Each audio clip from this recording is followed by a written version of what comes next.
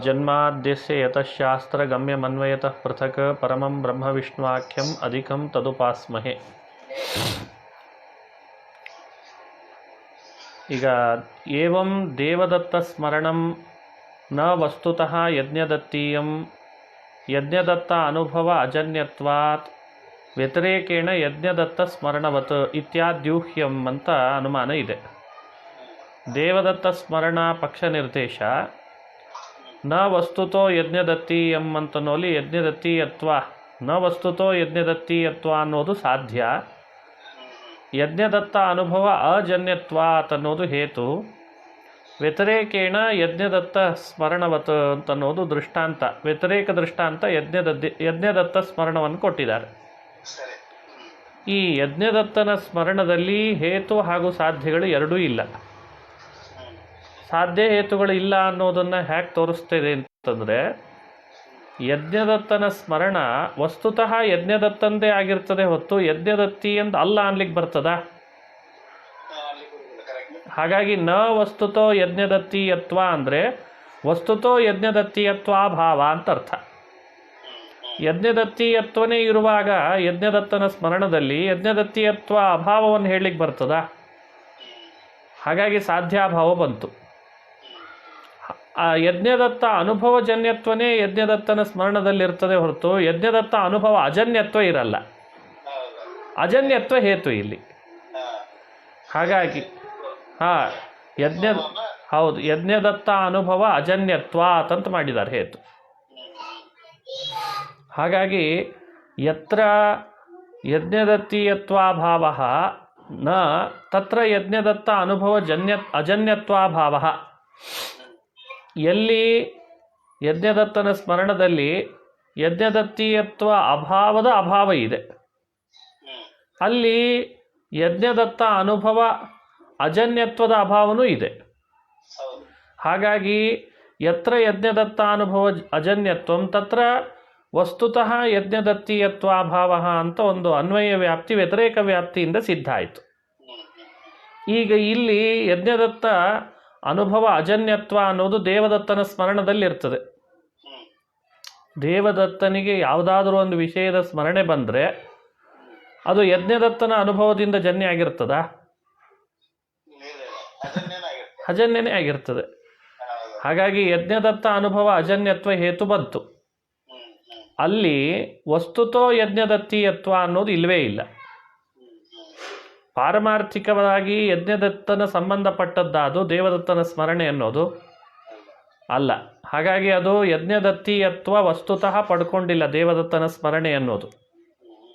ಏವಂಚ ಇದರಿಂದ ಏನು ಸಿದ್ಧ ಆಗ್ತದೆ ಅಂದರೆ, ದೇವದತ್ತನ ಸ್ಮರಣೆ ಯಜ್ಞದತ್ತಿ ಅಲ್ಲ ಅಂದದ್ರಿಂದ ಸ್ಮರಣ ಮಾಡಿಕೊಳ್ಳೋ ವ್ಯಕ್ತಿಗಳು ಬೇರೆ ಬೇರೆ ಇದ್ದಾರೆ ಅಂತ ಸಿದ್ಧ ಆಯ್ತೋ ಇಲ್ಲೋ?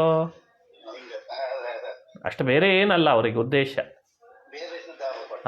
ಇವನ ಸ್ಮರಣೆ ಅವನ ಸ್ಮರಣೆಗಳು ಭಿನ್ನ ಭಿನ್ನ ಆದ್ದರಿಂದಲೇನೆ ಆ ಸ್ಮರ್ತೃಗಳಾದವರು ಬೇರೆ ಬೇರೆ ಇರ್ತಾರಲ್ಲ. ಇದು ಆ ವ್ಯಾಸರಾಜರ ಅಭಿಪ್ರಾಯ.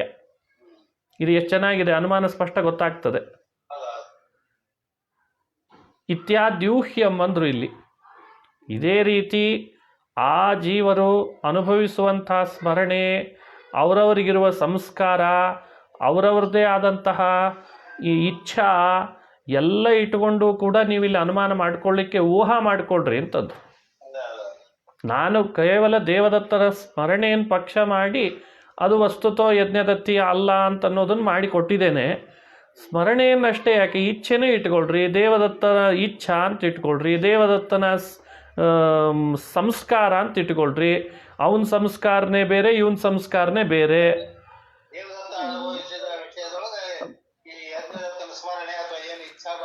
ಬರ್ತದೆ ಅದು ಅವಂದೇ ಆಗಿರ್ತದೆ, ಇದು ಇವಂದೇ ಆಗಿರ್ತದೆ. ನೋಡಿ, ದೇವದತ್ತ ಅನುಭೂತೆ ಯಜ್ಞದತ್ತ ಸ್ಮರಣ ಅನುಭವಾತ್. ದೇವದತ್ತ ಅನುಭೂತೆ ಯಜ್ಞದತ್ತ ಸ್ಮರಣ ಅನುದಯಾತ್. ಅನುಭವಾತಲ್ಲ, ಅನುದಯಾತ್ ಅಂದ್ರು ವ್ಯಾಸರಾಜರು. ಯಾವುದನ್ನು ದೇವದತ್ತ ಅನುಭವಿಸ್ತಾನೋ ಅವನ ಅನುಭವಿಸಿದ ವಿಷಯದಲ್ಲಿ ಯಜ್ಞದತ್ತನಿಗೇನು ಸ್ಮರಣೆ ಹುಟ್ಟುತ್ತದೆ ಅಂತಿಲ್ಲ. ಅಥವಾ ಯಜ್ಞದತ್ತನ ಸ್ಮರಣೆ ಅನ್ನೋದೇನಿದೆ ಅದು ಯಜ್ಞದತ್ತನ ಅನುಭವದಿಂದಲೇ ಹುಟ್ಟಿರ್ತದೆ. ಹೊರತು ದೇವದತ್ತ ಅನುಭವದಿಂದ ಹುಟ್ಟಲ್ಲ ಅದು. ಹೌದು. ಹಾಗಾಗಿ ಅಸಿದ್ಧಿಯ ಪ್ರಶ್ನೆನೇ ಇಲ್ಲ. ಯಜ್ಞದತ್ತ ಅನುಭವ ಜನ್ಯತ್ವ ಬರೋದೇ ಇಲ್ಲ ಪಕ್ಷದಲ್ಲಿ. ಇನ್ನು ಆತ್ಮನಾಂ ಸ್ವಾಭಾವಿಕ ಭೇದೆ ಸುಖ ದುಃಖಾದಿ ವ್ಯವಸ್ಥಾ ಅನುಪಪತ್ತಿರ್ಬಾಧಿಕಾ ಮಂದಾರ ಮಂಜರ್ಯಾಂ ಅಸ್ಮಾಭಿಃ ಉಪಪಾದಿತ ದ್ರಷ್ಟವ್ಯ ಅಂತಂದ್ರು. ಇನ್ನು ಆತ್ಮರಲ್ಲಿ ಸ್ವಾಭಾವಿಕವಾದ ಭೇದ ಇದೆ. ಈ ವಿಷಯದಲ್ಲಿ ಸುಖ ದುಃಖಾದಿ ವ್ಯವಸ್ಥಾ ಅನುಪಪತ್ತಿಯನ್ನು ಬಾಧಕವಾಗಿ ಹೇಳಿದ್ರು ಅವರು. ಸ್ವಾಭಾವಿಕ ಭೇದ ಒಪ್ಪಿಬಿಟ್ರೆ ಸುಖ ದುಃಖಗಳ ವ್ಯವಸ್ಥೆಯನ್ನೇ ಹೇಗೆ ಮಾಡೋದು ಅಂತ ಪ್ರಶ್ನೆ ಕೇಳಿದ್ರು. ಇದರ ಬಗ್ಗೆ ನಾವು ಮಂದಾರ ಮಂಜರಿ ಅಂತ ಒಂದು ಗ್ರಂಥ ಬರೆದಿದ್ದೇವೆ. ಅದು ವ್ಯಾಖ್ಯಾನ. ಅದು ಮಂದಾರ ಮಂಜರಿ ಅನ್ನೋದು ಅದು ಟೀಕಾಕ್ ಬರೆದಂಥ ವ್ಯಾಖ್ಯಾನ. ಆ ವ್ಯಾಖ್ಯಾನದಲ್ಲಿ ಆ ವಿಷಯಗಳ ಬಗ್ಗೆ ನಾವು ಚರ್ಚೆ ಮಾಡಿ ವಿಷಯವನ್ನು ಉಪಪಾದಿಸ್ತೇವೆ.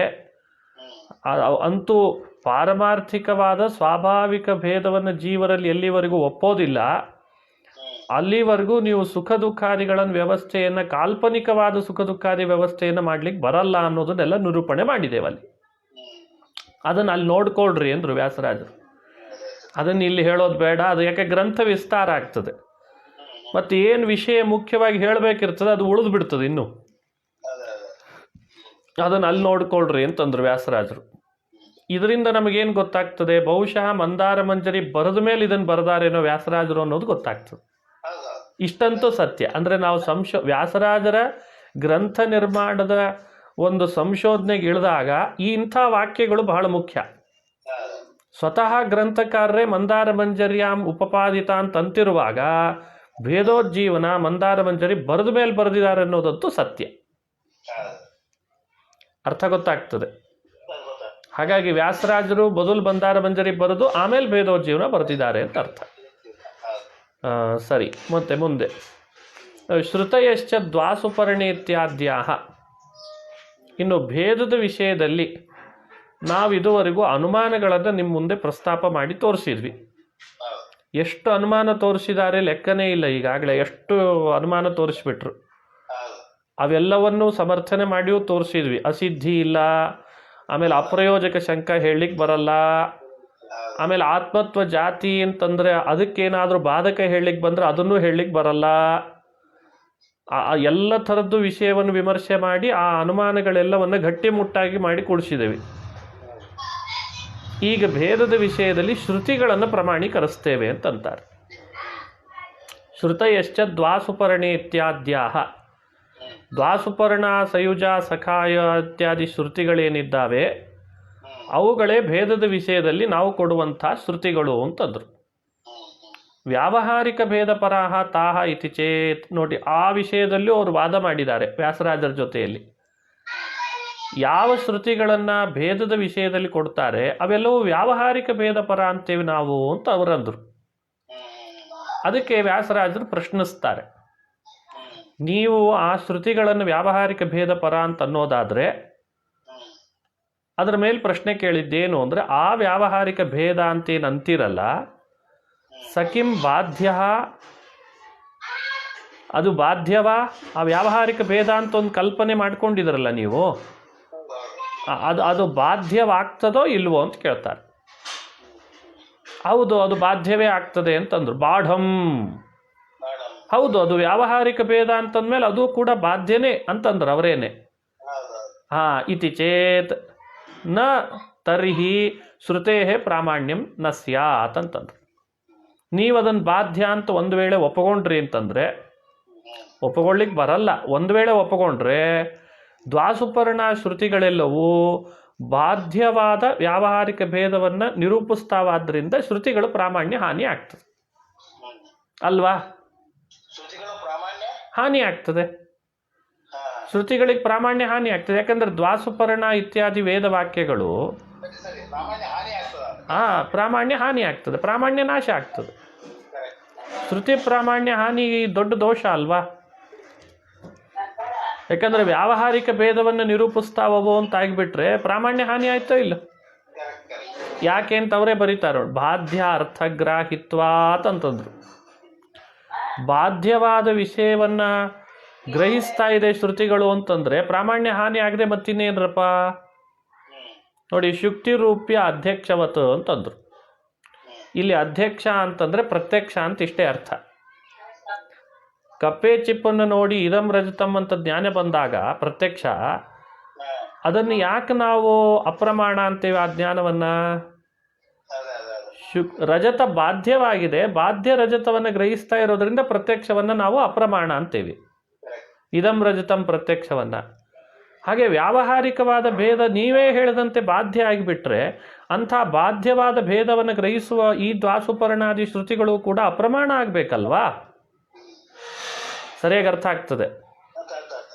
ಇನ್ನು ಪ್ರಾಮಾಣ್ಯಂಚ ವ್ಯಾವಹಾರಿಕಂ ಇತಿ ಚೇತ್, ಇಲ್ಲಿದು ಶುರು ಆಯ್ತು ಮತ್ತೆ. ಈಗ ಅಲ್ಲ, ಶ್ರುತಿಗಳಿಗೆ ಏನು ಪ್ರಾಮಾಣ್ಯ ನಾವು ಒಪ್ಪಿದ್ದೇವೆ ಅದು ಹಾನಿ ಆಗ್ತದೆ ಅಂತ ನೀವಂದ್ರೆ, ಅಯ್ಯೋ ಆ ಪ್ರಾಮಾಣ್ಯವೂ ನಮ್ಮ ಮತದಲ್ಲಿ ವ್ಯಾವಹಾರಿಕನೇ ಅಂತೇವೆ ಅಂದ್ರೆ ಅವರು. ನೋಡ್ರಿ ಎಲ್ಲಿಗೆ ಬಂದು ಮುಟ್ಸಿದ್ರು. ಅದಕ್ಕೆ ವ್ಯಾಸರಾಜರಂತಾರೆ ಇತಿ ಚೇತ್, ವೇದಕ್ಕೆ ನೀವು ಒಪ್ಪಿದ ಪ್ರಾಮಾಣ್ಯವನ್ನೂ ವ್ಯಾವಹಾರಿಕ ಅಂತ ನೀವು ಅನ್ನೋದಾದ್ರೆ ವೇದ ಪ್ರಾಮಾಣ್ಯಂ ವ್ಯಾವಹಾರಿಕಂ ಅಂತಾಗಿಬಿಟ್ರೆ ಕಿಂ ತರ್ಹಿ ಅಪ್ರಾಮಾಣ್ಯಂ ಪಾರಮಾರ್ಥಿಕಂ. ಹಾಗಾದರೆ ವೇದಗಳಿಗೆ ಪ್ರಾಮಾಣ್ಯ ವ್ಯಾವಹಾರಿಕ ಆಗಿಬಿಟ್ರೆ, ವೇದಗಳಿಗೆ ಪ್ರಾಮಾಣ್ಯ ಅನ್ನೋದು ವ್ಯಾವಹಾರಿಕ ಅಂತ ನೀವು ಒಪ್ಪಿದರೆ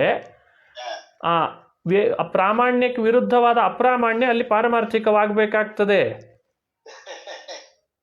ಯಾವಾಗಲೂ ಅಷ್ಟೇ, ಪ್ರಾಮಾಣ್ಯ ಮತ್ತು ಅಪ್ರಾಮಾಣ್ಯಗಳು ಎರಡು ವಿರುದ್ಧಗಳು. ಪ್ರಾಮಾಣ್ಯ ವ್ಯಾವಹಾರಿಕ ಅಂತಂದ್ರೆ ಬಾಧ್ಯ ಅಂತ ಅರ್ಥ. ವೇದಗಳ ಪ್ರಾಮಾಣ್ಯವು ವ್ಯಾವಹಾರಿಕವಾಗಿದೆ ಅಂದರೆ ಬಾಧ್ಯವಾಗಿದೆ ಅಂತ ಅರ್ಥ. ಹಾಗಾದರೆ ವೇದಗಳಿಗೆ ಪ್ರಾಮಾಣ್ಯ ವ್ಯಾವಹಾರಿಕ ಅಂದರೆ ಬಾಧ್ಯ ಆಗಿಬಿಟ್ರೆ ಅಪ್ರಾಮಾಣ್ಯ ಏನಾಗಬೇಕು? ಅವಾಗ ಪಾರಮಾರ್ಥಿಕ ಆಗಬೇಕು. ಹಾಗಾದರೆ ವೇದದ ಪ್ರಾಮಾಣ್ಯ ನಿಮ್ಮ ಬಾಯಲ್ಲೇ ಅಪ್ರಾಮಾಣ್ಯ ಅಂತ ಬಂದು ಅಪ್ರಾಮಾಣ್ಯ ಪಾರಮಾರ್ಥಿಕನ ವೇದಗಳಿಗೆ. ಅದಕ್ಕೆ ಅವರಂದ್ರು ಕಸ್ಸಂದೇಹ.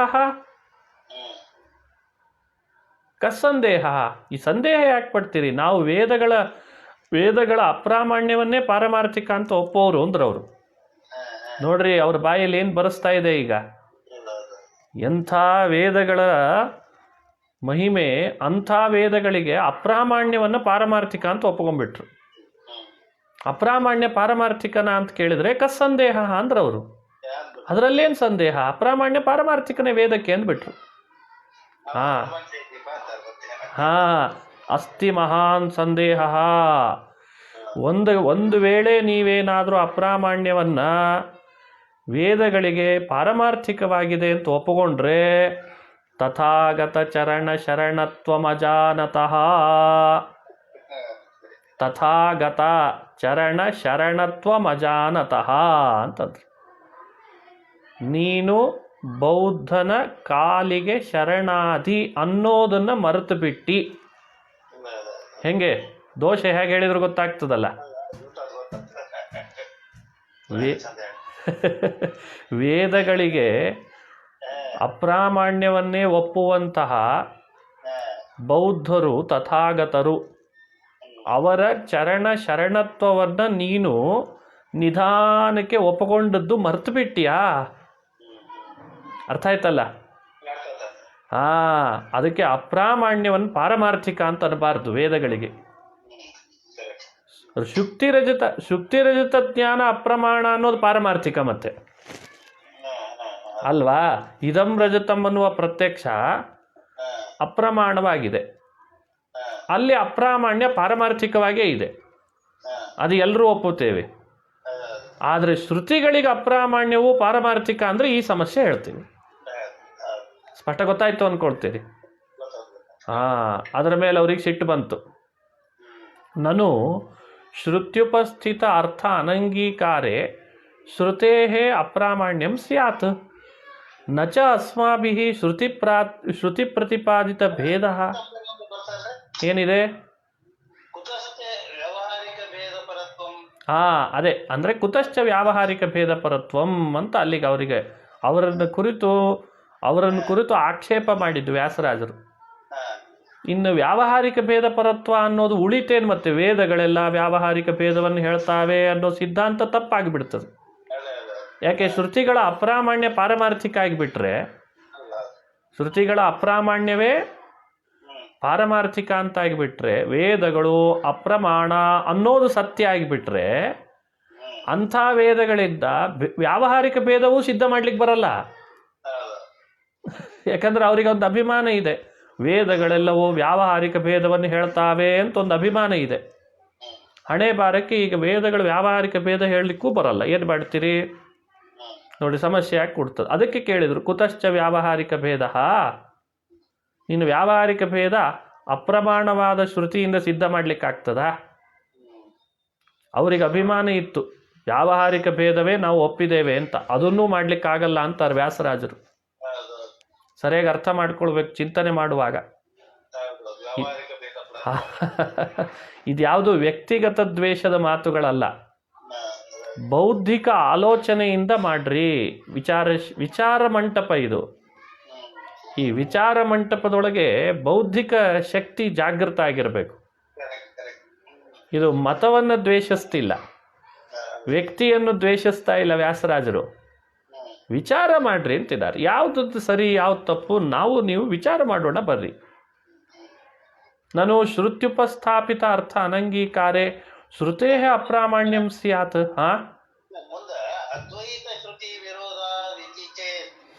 ಅದೇ ಅವ್ರು ಆಮೇಲೆ ಅದನ್ನು ಮಾತನಾಡಿದ್ರಿ. ಈಗ ಮತ್ತೆ ಅಲ್ಲ,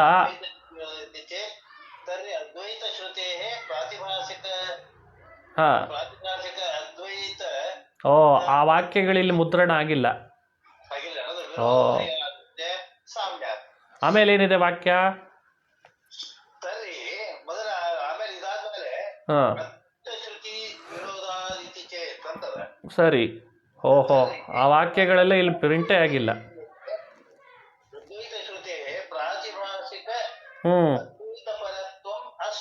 ಅಸ್ತು, ಸರಿ ಸರಿ ಸರಿ ಸರಿ. Okay okay.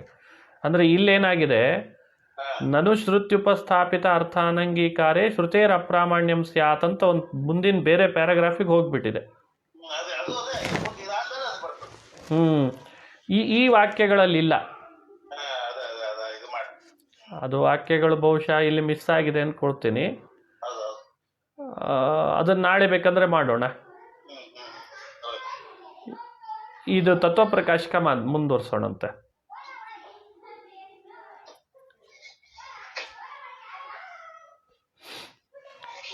ಶುದ್ಧಾನಂದೋರು ಸಂವಿದ್ಯುತಿ ಬಲಬಹುಲೋದಾರ್ಯ ವೀರ್ಯಾದಿದೇಹಂ ಚಿಂತಾ ಸಂತಾಪಲೇಪೋದ್ಭವ ಮೃತಿಮುಖರಾಶೇಷದೋಷಾತಿದೂರಂ ಸದ್ಭಿರ್ವೈರಾಗ್ಯಭಕ್ತಿಶ್ರುತಿಮತಿನಿಯತಧ್ಯಾನಜಜ್ಞಾನಯೋಗಾತ್ ಗಮ್ಯಂ ವಂದೇ ಮುಕುಂದಾಭಿಧಮಮಲಮಲಂ ಬ್ರಹ್ಮ ವೇದಾಂತವೇದ್ಯಂ ನಾರಾಯಣಂ ಗುಣೈಃ ಸರ್ವೈರುದೀರ್ಣಂ ದೋಷವರ್ಜಿತಂ ನೇಯಂ ಗಮ್ಯಂ ಗುರುಂಶ್ಚಾಪಿ ನತ್ವಾ ಸೂತ್ರಾರ್ಥ ಉಚ್ಯತೆ. ಓಂ ಓಮಥಾತೋ ಬ್ರಹ್ಮ ಜಿಜ್ಞಾಸಾ ಓಂ ಆನಂದಮಯೋಭ್ಯಾಸಾತ್. ಓಂ ಮೊದಲನೇ ಅಧ್ಯಾಯ, ಮೊದಲನೇ ಪಾದ, 6ನೇ ಅಧಿಕರಣ, 17ನೇ ಸೂತ್ರ, ಭೇದ ವ್ಯಪದೇಶಾಚ ಓಂ. ಓಂ ಭೇದ ವ್ಯಪದೇಶಾಚ ಸೂತ್ರದ ವಿವರಣೆ ಅದು ತತ್ವಪ್ರಕಾಶಿಕದಲ್ಲಿ. ನಿನ್ನೆ ನಾವು ಆ ತತ್ವಪ್ರಕಾಶಿಕ ಓದುವಾಗ ಯಾವುದನ್ನು ಚಿಂತನೆ ಮಾಡ್ತಾ ಇದ್ವಿ ಅಂದರೆ,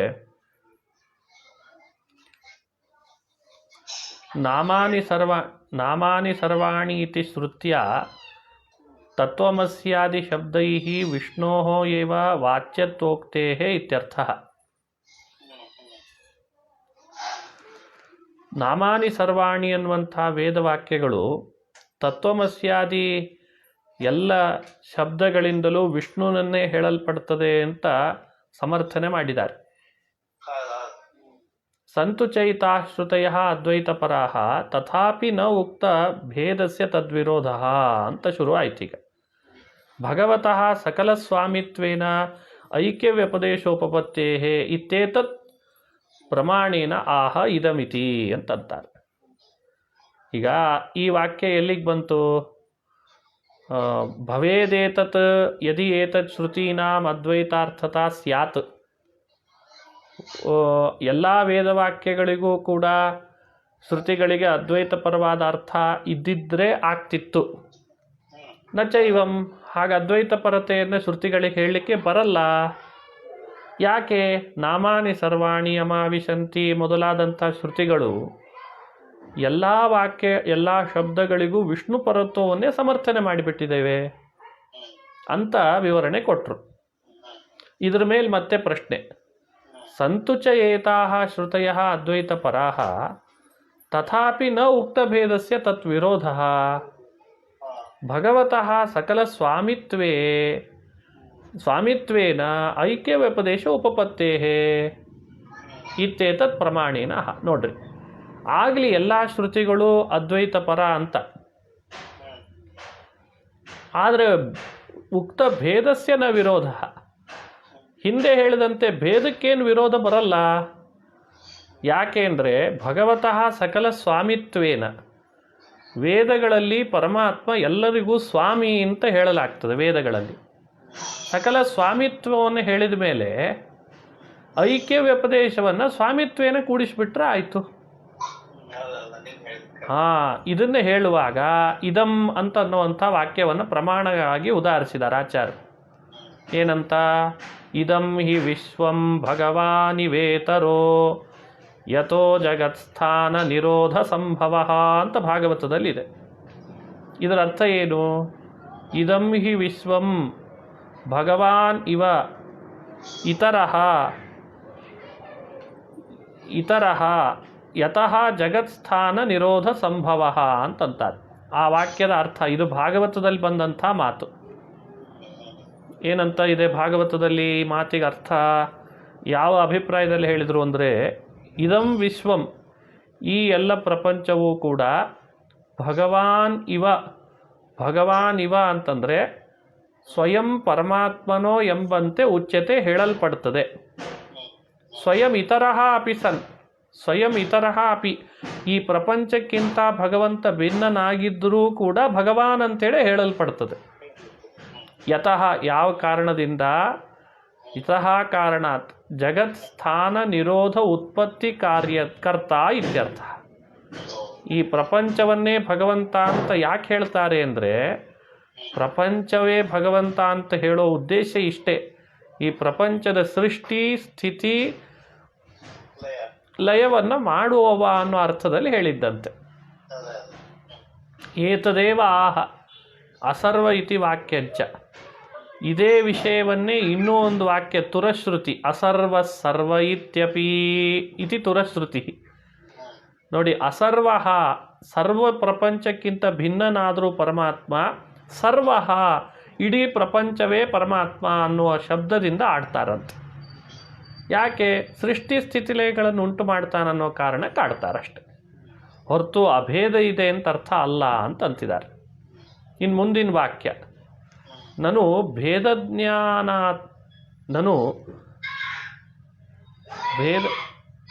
ಏನಿದೆ ಅಲ್ಲಿ, ಭೇದಜ್ಞಾನಸ್ಯ ಮಿಥ್ಯಾಜ್ಞಾನತ್ವಾತ್ ಕಥಂ ತದನುಸಾರೇಣ ಐಕ್ಯಶ್ರುತಯೋ ಯೋಜ್ಯಂತ ಇತ್ಯತಃ ವಿದ್ಯೇತಿ. ಇದರ ಮೇಲೊಂದು ಆಕ್ಷೇಪ, ಭೇದಜ್ಞಾನ ಅನ್ನೋದು ಮಿಥ್ಯಾಜ್ಞಾನ ಆಗಿರ್ತದೆ, ತದನುಸಾರೇಣ ಐಕ್ಯ ಶ್ರುತಿಗಳನ್ನು ಯೋಜನೆ ಮಾಡಬೇಕಲ್ಲ. ಅಲ್ಲ, ಭೇದಜ್ಞಾನವೇ ಮಿಥ್ಯಾಜ್ಞಾನ ಆದ್ದರಿಂದ ತದನುಸಾರೇಣ ಐಕ್ಯ ಶ್ರುತಿಗಳನ್ನು ಯೋಜನೆ ಮಾಡೋದು ಎಷ್ಟರ ಮಟ್ಟಿಗೆ ಸರಿ ಅಂತ ಪ್ರಶ್ನೆ. ಯಾಕಂದರೆ ಭೇದಜ್ಞಾನ ಮಿಥ್ಯ ಆಗಿದೆ, ಆದ್ದರಿಂದ ಅದಕ್ಕೆ ಉತ್ತರ ಕೊಡ್ತಾರೆ. ವಿದ್ಯಾ ಆತ್ಮನಿ ಭಿದಾ ಬೋಧ ಅಂತ ಭಾಗವತದಲ್ಲಿದೆ. ಆತ್ಮನಿ ಭಿದಾ ಬೋಧ ವಿದ್ಯಾ ಅಂದ್ಬಿಟ್ಟಿದ್ದಾರೆ ಭಾಗವತದಲ್ಲಿ. ನೋಡಿ, ಭಿದಾಬೋಧ ಅಂತಂದರೆ ಭೇದ ವಿಷಯಕವಾದ ತಿಳುವಳಿಕೆ ಅಂತ ಅರ್ಥ. ಯಾರು ಭೇದಜ್ಞಾನ ಮಾಡ್ಕೊಳ್ತಾನೋ ಅದೇ ನಿಜವಾಗಲೂ ವಿದ್ಯೆ ಅಂತ ಕರೆಸ್ಕೊಳ್ತದೆ. ಅಲ್ಲಿ ಅವಿದ್ಯೆ, ಅದು ಅಜ್ಞಾನ ಅಲ್ಲ. ಅಜ್ಞಾನಸ್ಯ ವಿದ್ಯಾತ್ವಾಭಾವಾತ್, ಅಜ್ಞಾನವನ್ನು ವಿದ್ಯೆ ಅಂತ ಕರೀಲೇಬಾರ್ದಂತೆ. ಇದು ಜ್ಞಾನವನ್ನು ಹೇಳ್ತಿದ್ದಾರೆ. ನಾನು ಭೇದಜ್ಞಾನಸ್ಯ ಅಪುರುಷಾರ್ಥ ಹೇತುತ್ವಾತ್ ಕಥಂ ತಸ್ಯ ವಿದ್ಯಾತ್ವಂ. ಮತ್ತೊಂದು ಪ್ರಶ್ನೆ, ಅಲ್ಲ ಭೇದಜ್ಞಾನ ಅನ್ನೋದು ಪುರುಷಾರ್ಥಕ್ಕೆ ಹೇತುನೇ ಅಲ್ಲ, ಹಾಗಾಗಿ ಅದಕ್ಕೆ ವಿದ್ಯಾತ್ವವನ್ನು ಯಾಕೆ ಹೇಳ್ತೀರಿ, ಹೇಗೆ ಹೇಳ್ತೀರಿ ಅಂತ ಪ್ರಶ್ನೆ. ಅಯ್ಯೋ, ಭೇದ ಜ್ಞಾನಕ್ಕೆ ಪುರುಷಾರ್ಥ ಹೇತುತ್ವವನ್ನು ಹೇಳೋ ವಾಕ್ಯನೇ ಇದೆ ಅಂತಂದರು. ಎಲ್ಲಿದೆ ಪುರುಷಾರ್ಥ ಹೇತುತ್ವ ಭೇದ ಜ್ಞಾನಕ್ಕೆ? ಎಲ್ಲಿ ಶ್ರುತ ಆಗ್ತಾ ಇದೆ? ಭೇದ ದೃಷ್ಟ್ಯಾಭಿಮಾನೇನ ನಿಸ್ಸಂಗೇನಾಪಿ ಕರ್ಮಣ ಇತಿ ಭಾಗವತೆ. ನೋಡಿ, ಇಲ್ಲಿ ಭೇದ ದೃಷ್ಟ್ಯ ಅಭಿಮಾನೇನ ನಿಸ್ಸಂಗೇನ ಅಪಿ ಕರ್ಮಣ ಮುಕ್ತಿಯನ್ನು ಹೊಂದುತ್ತಾನೆ ಅಂತ ವಾಕ್ಯ ಇದೆ ಭಾಗವತದಲ್ಲಿ.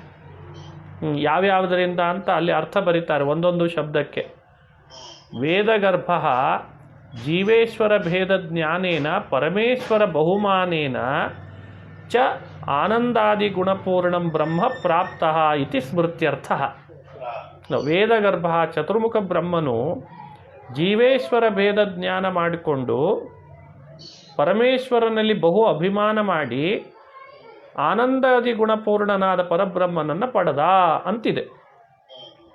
ಹಾಗಾಗಿ ಇಲ್ಲಿ ಭೇದ ಜ್ಞಾನ ಮಾಡಿಕೊಂಡು ಪುರುಷಾರ್ಥ ಪಡೆದ ಅಂತಿರ ಮೇಲೆ ಜೀವೇಶ್ವರ ಭೇದ ಜ್ಞಾನ ಮುಕ್ತಿಗೆ ಸಾಧನ ಹೌದೋ ಅಲ್ಲೋ ಗೊತ್ತಾಗ್ತದೆ. ಅದನ್ನು ಅಲ್ಲಿ ತನಕ ಆಗಿತ್ತು ನಿನ್ನೆ. ಇನ್ನು ಮುಂದೆ ಸರ್ವಸೇವ್ಯಂ ಈಶಂ ಜೀವಾತ್ ಅನ್ಯಂ ತದೇತತ್ ಸತ್ಯಂ ಇತ್ಯಾದಿ ಶ್ರುತ್ಯ ಪ್ರಾಗುಕ್ತ ಪ್ರಕಾರೇಣ ಅಸ್ಯ ಮಹಿಮಾನಂಚ ಯದಾ ಪಶ್ಯತಿ ತದಾ ಮುಕ್ತೋ ಭವತಿ ಇತಿ ಶ್ರುತ್ಯರ್ಥಃ. ಅಲ್ಲೇನಾಗಿದೆ? ಜುಷ್ಟಂ ಯದಾ ಪಶ್ಯತ್ಯನ್ಯಮೀಶಂ ಅಂತಿದೆ ಅಲ್ಲಿ. ಅನ್ಯಂ ಈಶಂ ಅಸ್ಯ ಮಹಿಮಾನಂ ವೀತಶೋಕಃ ಅಂತ ಮುಂಡಕ ಉಪನಿಷತ್ತು. ಈ ಜುಷ್ಟಂ ಶಬ್ದಕ್ಕೆ ಅರ್ಥ ಏನು? ಯದಾ ಪಶ್ಯತಿ ಅನ್ಯಂ ಈಶಂ ಅಂತ ಅನ್ಯ ಶಬ್ದ ಇದೆ. ಇದಕ್ಕೆ ಅರ್ಥ ಏನು ಮಾಡಬೇಕು ಮುಂಡಕ ಉಪನಿಷತ್ತಿಗೆ ಅಂತ ತೋರಿಸ್ತಾ ಇದ್ದಾರೆ. ಜುಷ್ಟಂ ಅಂದರೆ ಸೇವ್ಯಂ ಅಂತ ಅರ್ಥ. ಸರ್ವಸೇವ್ಯಂ ಎಲ್ಲರಿಂದಲೂ ಕೂಡ ಸೇವೆಗೆ ಯೋಗ್ಯನಾದ ಈಶಂ ಪರಮಾತ್ಮನನ್ನು. ಅನ್ಯಂ ಪಶ್ಯತಿ ಅಂದರೆ ಜೀವಾತ್ ಅನ್ಯಂ ಪಶ್ಯತಿ, ಜೀವನಿಗಿಂತಲೂ ಭಿನ್ನನನ್ನಾಗಿ ತಿಳಿತಾನೆ ಅಂತ ಅರ್ಥ. ತದೇ ತತ್ ಸತ್ಯಂ ಅಂತ ಹಿಂದೆ ಹೇಳಿದ ಶ್ರುತಿಗೆ ಅನುಗುಣವಾಗಿ ಅಸ್ಯ ಮಹಿಮಾನಂ ಈ ಪರಮಾತ್ಮನ ಮಹಿಮೆಯನ್ನು ಯದಾ ಪಶ್ಯತಿ ಯಾವಾಗ ನೋಡ್ತಾನೋ ತಿಳಿತಾನೋ ತದಾ ವೀತ ಶೋಕಃ ಶೋಕಗಳನ್ನು ದೂರ ಮಾಡಿಕೊಂಡು ತದಾ ಮುಕ್ತೋ ಭವತಿ ಆಗ ಮುಕ್ತನಾಗ್ತಾನೆ ಅಂತ ಶ್ರುತಿ ಹೇಳ್ತಾ ಇದೆ. ಇಲ್ಲಿ ಅನ್ಯಂ ಈಶಂ ಅಂತ ಶಬ್ದನೇ ಆಡಿ ಜೀವಕ್ಕಿಂತ ಭಿನ್ನನಾಗಿ ತಿಳ್ಕೊಂಡ್ರೆ ಮುಕ್ತನಾಗ್ತಾನೆ ಅಂತ ಹೇಳುವಾಗ ಭೇದ ಜ್ಞಾನ ಪುರುಷಾರ್ಥಕ್ಕೆ ಹೇತು ಅಂತ ಗೊತ್ತಾಗ್ತದೋ ಇಲ್ಲ ವೇದದಿಂದ? ಇನ್ನೂ ಏನು ಬೇಕು?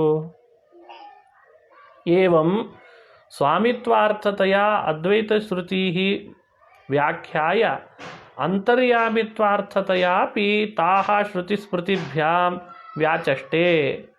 ಇಷ್ಟೋ ತನಕ ಮಾಡಿದ್ದೇನು ಅಂದರೆ ಎಷ್ಟೋ ಅದ್ವೈತ ಶ್ರುತಿಗಳನ್ನು ಭಗವಂತನೇ ಸ್ವಾಮಿ ಅನ್ನೋ ಅರ್ಥದಲ್ಲಿ ಅವೆಲ್ಲ ಇದ್ದಾವೆ ಅಂತ ವ್ಯಾಖ್ಯಾನ ಮಾಡಿಬಿಟ್ರು. ಮಾಡಿ ಅಂತರ್ಯಾಮಿತ್ವಾರ್ಥತೆಯಾಪಿ ತಾಹ ಭಗವಂತನೇ ಅಂತರ್ಯಾಮಿ ಅನ್ನೋ ಅರ್ಥದಲ್ಲಿ ಅದ್ವೈತ ಶ್ರುತಿಗಳು ಬಂದಿರ್ತಾವಂತೆ. ಹೊರತು ಜೀವಾತ್ಮ ಪರಮಾತ್ಮ ಒಂದು ಅನ್ನೋ ಅರ್ಥದಲ್ಲಿ ಬರ್ತಾ ಇಲ್ಲ. ಅದಕ್ಕೆ ಶ್ರುತಿ ಹಾಗೂ ಸ್ಮೃತಿಗಳನ್ನು ವ್ಯಾಖ್ಯಾನ ಮಾಡಿ ತೋರಿಸ್ತಾರೆ. ಯಾವುದು? ಅಸರ್ವ ಸರ್ವ ಏವ ಆತ್ಮೈವ ಸನ್ ಆತ್ಮೈವ ಪ್ರತ್ಯಂಗ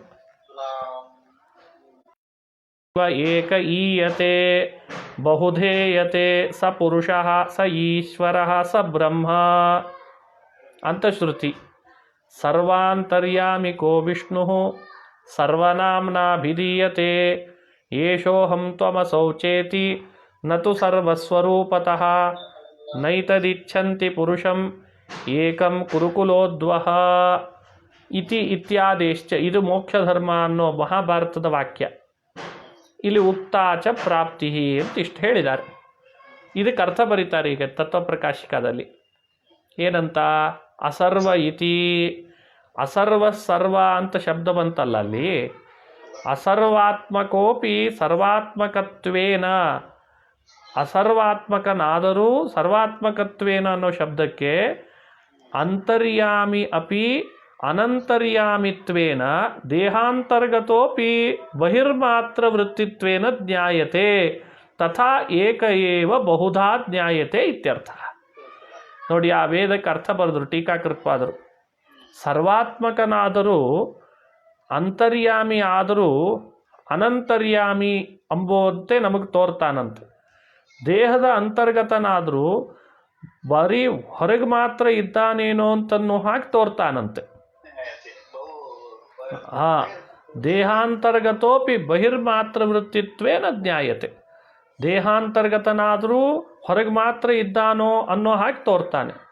ತಥಾ ಏಕಃ ಏವ ಬಹುಧಾ ಜ್ಞಾಯತೆ. ಒಬ್ಬನೇ ಆದರೂ ನಾನಾ ರೀತಿಯಾಗಿ ನಮಗೆ ತೋರ್ತಾನೆ ಅಂತ ವೇದ ಹೇಳ್ತದೆ. ಅನೇನ ಅಂತರ್ಯಾಮಿತ್ವಾತ್ ಅಸರ್ವಸ್ಯ ಸರ್ವೋತ್ವೋಕ್ತಿ ಇತಿ ಸಿದ್ಧ್ಯತಿ. ಹಾಗಾಗಿ ಅಸರ್ವ ಸರ್ವ ಇತಿ ಅನ್ನುವಂಥ ಶ್ರುತಿ ವಾಕ್ಯಗಳು ಅಭೇದ ಪರವಾಗಿ ಇಲ್ಲ. ಅವನು ಅಂತರ್ಯಾಮಿ ಆದ್ದರಿಂದಲೇನೆ ಅಸರ್ವ ಅಂತಾದರೂ ಸರ್ವ ಅಂತ ಅವನನ್ನು ಕರೀತಾರೆ ಅಂತ ಅರ್ಥ. ಹೀಗೆ ವಾಕ್ಯಗಳನ್ನು ವ್ಯಾಖ್ಯಾನ ಮಾಡಿಕೊಳ್ಬೇಕು ಬುದ್ಧಿವಂತಿಕೆಯಿಂದ ಅಂತಾರೆ ಆಚಾರ್ಯ. ಇನ್ನು ವಿಶಿಷ್ಟ ಐಕ್ಯಾರ್ಥತೆಯ ಚ ತಾಹ ಸ್ಮೃತ್ಯ ವ್ಯಾಖ್ಯಾತಿ. ವಿಶಿಷ್ಟ ಐಕ್ಯಾರ್ಥತೆಯ ಸ್ಮೃತಿಗಳನ್ನು ವ್ಯಾಖ್ಯಾನ ಮಾಡ್ತಾರೆ. ಆ ಐಕ್ಯ ಯಾವ ರೀತಿ ಅಭಿಪ್ರಾಯ ಅನ್ನೋದಕ್ಕೆ ಏನಂತಿದೆ ಅಲ್ಲಿ ನೈತದಿತಿ ಅಂತಿದೆ ಅಲ್ವಾ? ಭಾಷ್ಯದಲ್ಲಿ ನೈತದಿತಿ ಅಂತ ಬಂದಿದೆ. ನೈತದಿಚ್ಛಂತಿ ಪುರುಷಂ ಅಂತಿದೆ. ಯಾಕಂದ್ರೆ ಮೊದಲು ಹೇಳಿದ್ದು ಸರ್ವಾಂತರ್ಯಾಮಿಕೋ ವಿಷ್ಣು ಸರ್ವನಾಮ್ನಾಭಿಧೀಯತೆ ಏಷಃ ಅಹಂ ತ್ವಂ ಅಸೌ ಚ ಇತಿ ನತು ಸರ್ವಸ್ವರೂಪತಃ. ಸರ್ವಾಂತರ್ಯಾಮಿ ಆದರೂ ಕೂಡ ವಿಷ್ಣು ಆ ಪರಮಾತ್ಮನು ಸರ್ವನಾಮ್ನ ಅಭಿಧೀಯತೆ, ಸರ್ವನಾಮಗಳಿಂದ ಕರೆಸಿಕೊಳ್ಳಲ್ಪಡ್ತಾನೆ. ಸರ್ವನಾಮ ಶಬ್ದಗಳಲ್ಲಿ ಏಷಃ ಅನ್ನೋದು ಇದೆ, ಅಹಂ ಇದೆ, ತ್ವಂ ಇದೆ, ಅಸೌ ಇದೆ. ಉಪನಿಷತ್ತಿನಲ್ಲಿ ಒಮ್ಮೆ ಅಹಂ ಅಂತ ಕರೆಸ್ಕೊಳ್ತಾನೆ, ಉಪನಿಷತ್ತಿನಲ್ಲಿ ಒಮ್ಮೆ ದೇವರನ್ನೇ ತ್ವಂ ಅಂತ ಕರೀತಾರೆ, ಒಮ್ಮೆ ಏಷಃ ಅಂತ ಕರೀತಾರೆ, ಒಮ್ಮೆ ಅಸೌ ಅಂತ ಕರೀತಾರೆ. ಅರೆ ಇವೆಲ್ಲ ಶಬ್ದಗಳು ಹೇಗ್ರಿ ಅಂದರೆ ಅವ ಎಲ್ಲರ ಅಂತರ್ಯಾಮಿ ಆದ್ದರಿಂದಲೇ ಈ ಎಲ್ಲ ಶಬ್ದಗಳು ಅವನನ್ನು ಹೇಳ್ತಾರೆ. ಸರಿ ಹೋಯ್ತಲ್ಲ? ಹಾಗಾಗಿ ತ್ವಂ, ತತ್, ಏಷಃ, ಅಹಂ, ಅಸೌ ಎಲ್ಲ ಶಬ್ದ ಭಗವಂತನದೇ. ಇಲ್ಲಿ ಜೀವನ ಪ್ರಶ್ನೆನೇ ಇಲ್ಲ ಅಂತದ. ಇನ್ನು ನೈತದಿಚ್ಛಂತಿ ಅನ್ನೋ ಮೋಕ್ಷ ಧರ್ಮ ಪರ್ವದ ವಾಕ್ಯವನ್ನು ಆಚಾರ್ಯ ಉದಾಹರಿಸಿದ್ದಾರೆ. ಅದಕ್ಕೆ ಅವತರಣಿಕಾ ಕೊಟ್ಟರು. ವಿಶಿಷ್ಟ ಐಕ್ಯಾರ್ಥತೆಯ ಚ ತಾಹ ಸ್ಮೃತ್ಯ ವ್ಯಾಖ್ಯಾತಿ. ಒಂದು ವಿಶಿಷ್ಟ ಐಕ್ಯವನ್ನು ಹೇಳಲಿಕ್ಕೆ ಹೊರಟಿದೆ. ಏನಂತ? ಮೋಕ್ಷ ಧರ್ಮ ಪರ್ವದ ಮಾತು ನೋಡ್ರಿ. ನೈತದಿಚ್ಛಂತಿ ಪುರುಷಂ ಏಕಂ ಕುರುಕುಲೋದ್ವಹ ಅಂತಂದಿದ್ದಾರೆ. ಅರ್ಥ ಬರೀತಾರೆ ಏನಂತ? ಏತತ್ ಇತ್ಯಸ್ಯ ವಿವರಣಂ ಪುರುಷಂ ಏಕಂ ಇತಿ.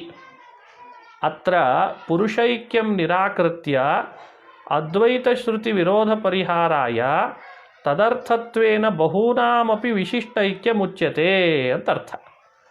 ಇಲ್ಲಿ ಏತತ್ ಅಂತಿದೆ ಅಲ್ಲ, ನೈತತ್ ಅನ್ನೋಲಿ ಏತತ್ ನ ಅಂತ ವೈಶಂಪಾಯನರು ಜನ್ಮೇಜಯನಿಗೆ ಹೇಳುವಾಗ ಮಹಾಭಾರತದಲ್ಲಿ, ಅಥವಾ ಮೋಕ್ಷ ಧರ್ಮ ಪರ್ವ ಆದ್ದರಿಂದ ಭೀಷ್ಮರು ಹೇಳುವಾಗ ಏತತ್ ನ ಇಚ್ಛಂತಿ ಅದರದ್ದು ವಿವರಣೆ ಕೊಡಲಿಕ್ಕೆ ಏಕಂ ಪುರುಷಂ ಅಂತ ವಿವರಣೆ ಕೊಟ್ರಂತೆ. ಒಬ್ಬನೇ ಪುರುಷ. ಅತ್ರ ಪುರುಷೈಕ್ಯಂ ನಿರಾಕೃತ್ಯ ಅದ್ವೈತ ಶ್ರುತಿ ವಿರೋಧ ಪರಿಹಾರಾಯ. ಇಲ್ಲಿ ಪುರುಷರ ಐಕ್ಯವನ್ನು ನಿರಾಕರಣೆ ಮಾಡಿ ಪ್ರಶ್ನೆ ಕೇಳುವಾಗ ಪುರುಷೈಕ್ಯದ ಬಗ್ಗೆ ಪ್ರಶ್ನೆ ಕೇಳಿದ್ದ ಅವನು, ಜನ್ಮೇಜಯ ಅಥವಾ ಧರ್ಮರಾಜ ಕೇಳಿದ್ದ ಅಂತ. ಪುರುಷೈಕ್ಯದ ವಿಷಯಕ ಪ್ರಶ್ನೆಯನ್ನು ನಾವು ಕೇಳಿದ್ದ, ಅದನ್ನು ನಿರಾಕರಣೆ ಮಾಡಿ ಅದ್ವೈತ ಶ್ರುತಿ ವಿರೋಧ ಪರಿಹಾರ ಮಾಡಲಿಕ್ಕೋಸ್ಕರ ತದರ್ಥತ್ವೇನ ಬಹೂನಾಂ ಅನ್ನೋ ವಾಕ್ಯದಿಂದ ವಿಶಿಷ್ಟ ಐಕ್ಯವನ್ನು ಹೇಳಿದಾರಂತೆ. ವಿಶಿಷ್ಟ ಐಕ್ಯವನ್ನು ಹೇಳಿದ್ದಾರೆ ಹೊರತು ಐಕ್ಯವನ್ನಂತೂ ಹೇಳಿಲ್ಲ ಅಲ್ವಾ? ಅಲ್ವಾ? ಅದು ಅದು ಅದು ಅದಕ್ಕೆ ಹೇಳ್ತೇನೆ, ಅದಕ್ಕೆ ಅದು ಗೊತ್ತಾಗಲ್ಲ ಅಲ್ವಾ? ಅದಕ್ಕೆ ಅದನ್ನು ಭಾವದೀಪದಲ್ಲಿ ಮಂತ್ರಾಲಯ ಪ್ರಭುಗಳು ಬರೀತಾರೆ. ವಿಶಿಷ್ಟ ಐಕ್ಯ ಹೇಳೋದು ಬೇರೆ, ಶುದ್ಧ ಐಕ್ಯ ಹೇಳೋದು ಬೇರೆ ಅಲ್ವಾ? ನೋಡಿ ಅಲ್ಲಿ ಬರೆದಿದ್ದಾರೆ ಭಾವದೀಪದಲ್ಲಿ, ವಿಶಿಷ್ಟೇತಿ ವಿಶಿಷ್ಟಂ ಉತ್ತಮಂ ವಸ್ತು ಏಕಮೇವ ಇತಿ ಅರ್ಥಕತೆಯ ಇತ್ಯರ್ಥ. ಅತ್ರ ವಿಶಿಷ್ಟೈಕ್ಯಂ ನ ಭವತಿ ನ ಭಾತಿ ಇತ್ಯತಃ ಉಪಯೋಗಂ ವದನ್ ಉತ್ತರ ಶ್ಲೋಕೇನ ತದುಕ್ತಂ ವ್ಯನಕ್ತಿ. ಅವರೇ ವ್ಯಾಖ್ಯಾನ ಮಾಡ್ತಿದ್ದಾರೆ ನೋಡಿ. ಅಲ್ಲೇನಾಗಿದೆ ಅಂತ ಅದನ್ನು ಹೇಳಿರ್ತೀರಿ, ಮಹಾಭಾರತದ ವಾಕ್ಯಗಳನ್ನೇ ಉದಾಹರಿಸಿಬಿಡ್ತಾರೆ ಮಹಾನುಭಾವರು. ಆ ಮೋಕ್ಷ ಧರ್ಮ ಪರ್ವದಲ್ಲಿ ಬಹವಃ ಪುರುಷ ಬ್ರಹ್ಮನ್ ಉತಾಹೋ ಏಕ ಏವತು ಅಂತ ಶುರು ಆಗಿದೆ ಮೋಕ್ಷ ಧರ್ಮ ಪರ್ವದ ಮಾತು. ಬಹವಃ ಪುರುಷ ಬ್ರಹ್ಮನ್ ಉತಾಹೋ ಏಕ ಏವತು ಕೋ ಹ್ಯತ್ರ ಪುರುಷಶ್ರೇಷ್ಠಃ ತಂ ಭವಾನ್ ವಕ್ತುಮರ್ಹತಿ ಇತಿ ಜನಮೇಜಯೇನ ಪೃಷ್ಟಃ ವೈಶಂಪಾಯನಃ. ನೋಡಿ, ಜನಮೇಜಯ ಒಂದು ಪ್ರಶ್ನೆ ಕೇಳಿದ. ಪುರುಷಾಃ ಬಹವಃ, ಹೇ ಬ್ರಹ್ಮನ್, ಹೇ ಜ್ಞಾನಿಗಳಾದಂಥ ವೈಶಂಪಾಯನರೇ, ಪುರುಷಾಃ ಬಹವಃ ಉತ ಉತ ಏಕ ಏವ ಅಂತ ಪ್ರಶ್ನೆ ಕೇಳ್ತಾ ಇದ್ದಾನೆ. ಇಲ್ಲಿ ಮುಂದೆ ಏನಂದಿದ್ದಾನೆ ಮತ್ತೆ ಅವನೇನೆ, ಕೋ ಹ್ಯತ್ರ ಪುರುಷಶ್ರೇಷ್ಠ. ಪುರುಷಶ್ರೇಷ್ಠ ಅಂತ ಪುರುಷಶ್ರೇಷ್ಠತೆಯನ್ನು ಕೇಳಿದ್ದಾನೆ. ಅದು ಪುರುಷ ವೈಶಿಷ್ಟ್ಯವನ್ನು ಕೇಳಿದ, ಅಂದರೆ ಎಲ್ಲ ಪುರುಷರಲ್ಲಿ ವಿಶಿಷ್ಟ ಯಾರು ಅಂತ ಅವನು ಕೋ ಹ್ಯತ್ರ ಪುರುಷಶ್ರೇಷ್ಠ ತಂ ಭವಾನ್ ವಕ್ತುಮರ್ಹತಿ ಅಂತ ಜನಮೇಜಯ ಪ್ರಶ್ನೆ ಕೇಳ್ದ. ಆವಾಗ ವೈಶಂಪಾಯನರು ಉತ್ತರ ಏನು ಕೊಟ್ಟರು? ವೈಶಂಪಾಯನಃ ಉವಾಚ, ಏನಂತಂದ್ರು? ನೈತದಿಚ್ಛಂತಿ ಪುರುಷಂ ಅಂತ ಶುರು ಮಾಡಿದ್ದಾರೆ ವಾಕ್ಯವನ್ನು. ಅಲ್ಲಿ ಅರ್ಧ ಭಾಗ ಏನಿದೆ ನೈತದಿಚ್ಛಂತಿ, ಈಗಿನ ಉದಾಹರಿಸಿದ್ದಲ್ಲ ಭಾಷ್ಯದಲ್ಲಿ ಆಚಾರ್ಯರು, ನೈತದಿಚ್ಛಂತಿ ಪುರುಷಂ ಏಕಂ ಕುರುಕುಲೋದ್ವಹ ಅಂತ ಆಚಾರ್ಯ ಅಂದಿದ್ದಾರೆ. ಈ ವಾಕ್ಯ ಏನಿದೆ ಅದಕ್ಕೆ ಅರ್ಥ ಬರಿತಾ ಇದ್ದಾರೆ. ನೈತದಿಚ್ಛಂತಿ ಇತಿ ಅರ್ಧೇನ ಶ್ಲೋಕೇನ, ಈ ಅರ್ಧ ಶ್ಲೋಕ ಪುರುಷೈಕ್ಯ ಮತಂ ನಿರಸ್ಯ. ನೋಡಿ, ಪುರುಷೈಕ್ಯವನ್ನು ಅವನೇನು ವಿಕಲ್ಪ ಮಾಡುವಾಗ ಕೇಳಿದ್ದ, ಪುರುಷೈಕ್ಯ ಮತವನ್ನು ನಿರಾಸ ಮಾಡಲಿಕ್ಕೆ ನೈತದಿಚ್ಛಂತಿ ಅಂತ ನಿರಾಸ ಮಾಡಿಬಿಟ್ರಂತೆ ವೈಶಂಪಾಯನರು. ಇತಿ ನಿರಸ್ಯ ತತ್ವಮಸಿ ಇತ್ಯಾದಿ ಅದ್ವೈತ ಶ್ರುತೀನಾಂ ಬಹೂನಾಂ ಪುರುಷಾಣಾಂ ಹಿ ಯಥಾ ಏಕಾ ಯೋನಿಃ ಉಚ್ಯತೆ ತಥಾ ತಂ ಪುರುಷಂ ವಿಶ್ವಂ ಆಖ್ಯಾಸ್ಯಾಮಿ ಗುಣಾಧಿಕಂ. ಈ ವಾಕ್ಯ ಮುಂದಾಡಿದ್ದಾರೆ ವೈಶಂಪಾಯನರು. ನೋಡಿ, ಆ ವಾಕ್ಯ ಏನು? ಬಹೂನಾಂ ಪುರುಷಾಣಾಂ ಹಿ ಯಥೈಕಾ ಯೋನಿರುಚ್ಯತೆ ತಥಾ ತಂ ಪುರುಷಂ ವಿಶ್ವಂ ಆಖ್ಯಾಸ್ಯಾಮಿ ಗುಣಾಧಿಕಂ ಅಂತ ಮುಂದಿನ ವಾಕ್ಯ.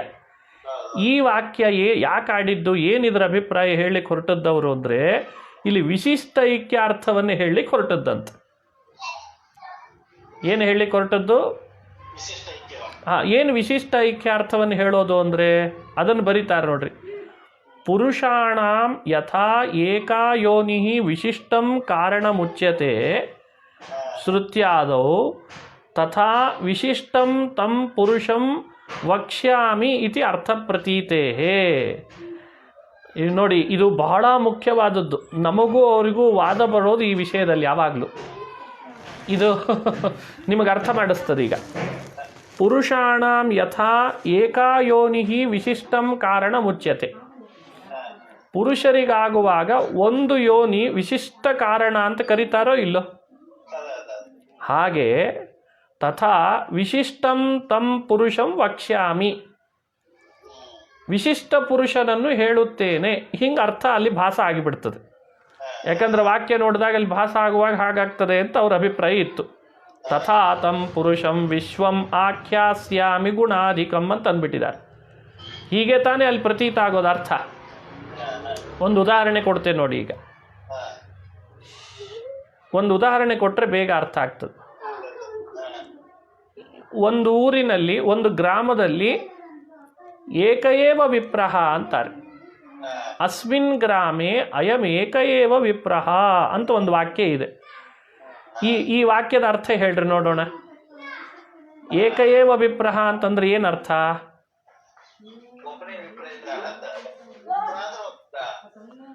ಇಲ್ಲಿ ಎರಡು ಪಾದದ ಮನುಷ್ಯರೇ ಇಲ್ಲ ಅಂತ ಅರ್ಥ ಮಾಡಬೇಕೋ ಅಥವಾ ವಿಪ್ರತ್ವ ಇರುವವನು ಮತ್ತೊಬ್ಬ ಇಲ್ಲ ಅಂತ ಅರ್ಥ ಮಾಡಬೇಕೋ?